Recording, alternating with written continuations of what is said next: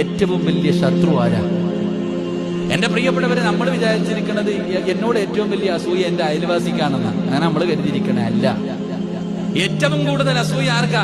അയൽവാസിക്കല്ല. അയൽവാസിക്കല്ല നമ്മളോട് ഏറ്റവും കൂടുതൽ അസൂയ തോന്നുന്നത്. തെളിവ് ഞാൻ പറഞ്ഞു തരാം. അള്ളാഹു ഈമാൻ തരുമാറാകട്ടെ. അള്ളാഹു ഈമാൻ തരുമാറാകട്ടെ. നമ്മളോട് ഏറ്റവും കൂടുതൽ അസൂയ തോന്നുന്നത് നമ്മുടെ കൂടപ്പുറപ്പിനാ. പിന്നെ നാട്ടുകാർക്ക് തോന്നും. നമ്മുടെ കൂടപ്പിറപ്പുകൾക്ക് ആ പരിശുദ്ധമായ ഖുർആൻ എടുത്ത് നോക്ക്. സൂറത്ത് യൂസുഫ് നബി അലിഹിസ്സലാമിന്റെ ചരിത്രം അള്ളാഹു പറയുന്നുണ്ട്. യൂസുഫ് നബി അലിഹിസ്സലാം വാപ്പാടെ അടുക്ക പോയിട്ട് പറഞ്ഞു, വാപ്പാ, ഞാനൊരു സ്വപ്നം കണ്ടു കേട്ടാ. എനിക്കിങ്ങനെ സുജൂദ് ചെയ്യുന്നതായിട്ട് ഞാനൊരു സ്വപ്നം കണ്ടു. യാക്കൂബ് നബി അലിഹിസ്സലാം മോനോട് പറഞ്ഞു കൊടുത്തു, മോനെ, നീ ആരോടും പറയണ്ട, കാക്കാമാരോടൊന്നും പോയി പറയണ്ടട്ടാ, നിന്റെ സഹോദരങ്ങളോടൊന്നും പോയി നീ പറഞ്ഞു കൊടുക്കണ്ട. യൂസുഫ് നബി അലിഹിസ്സലാം കുട്ടിയാ പോയി പറഞ്ഞു കൊടുത്തു. അവസാനം ഉണ്ടായത് എന്തേ?